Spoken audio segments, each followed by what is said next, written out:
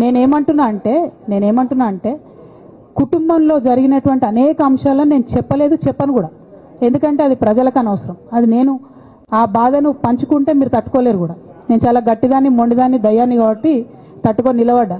కానీ నా ప్లేస్లో వేరే వాళ్ళు ఉంటే తట్టుకోలేరు. సో కుటుంబంలో ఇంటర్నల్ విషయాలు నేను మాట్లాడతలేను. ఓన్లీ పొలిటికల్ ఇష్యూసే నేను మాట్లాడుతున్నా. పొలిటికల్గా నన్ను సైడ్ లైన్ చేసి, నన్ను సస్పెండ్ చేసి, పార్టీకి అనుక్షణం నష్టం చేస్తున్న ఆ ఇద్దరు వ్యక్తులను, వారి గుంపును, వారి ముఠాను పార్టీ ఎట్లా మోస్తుంది అనేటటువంటిది నా ప్రశ్న.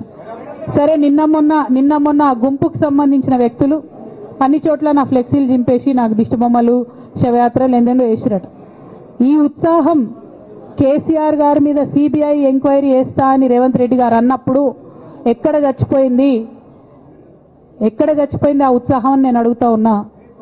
ఎందుకు చేయలే రేవంత్ రెడ్డి గారి దానాలు, దిష్టిబొమ్మలు ఎందుకు చేయలే? ఏం అండర్స్టాండింగ్ ఉంది మీకు?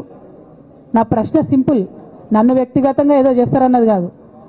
నాకు నష్టం జరిగేదే లేదు. ఎందుకంటే ప్రజలు చూస్తున్నారు, ప్రజలు గమనిస్తున్నారు.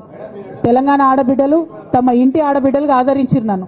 నేనేమంటున్నా బ్రదర్, వాళ్ళందరికీ ఏది చెప్తే స్క్రిప్ట్ రాసిస్తే అది మాట్లాడతారు. దాంట్లో ఏముంటుంది? ఇప్పుడు పెద్ద సంఘటన జరగడం ఏంటిది?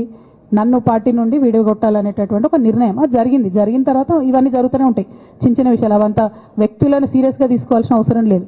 అల్టిమేట్గా నేనేమంటున్నా అంటే, నన్ను అడగకుండానే ఉరిదీశారు. కనీసం ఏమైంది అని కూడా అడగలేదు. నేనేమంటున్నా అంటే, ఇప్పుడు నేను మాట్లాడే ప్రెస్ మీట్ చూస్తున్నటువంటి రాజకీయ నాయకులకు కావచ్చు, బీఆర్ఎస్ పార్టీకి సంబంధం లేని వ్యక్తులకు కావచ్చు, వాళ్ళకి ఇదొక ఎంటర్టైన్మెంట్, ఇదొక వార్త. కానీ నాకు నా లైఫ్, మా బీఆర్ఎస్ పార్టీ కార్యకర్తలకు వాళ్ళ లైఫ్.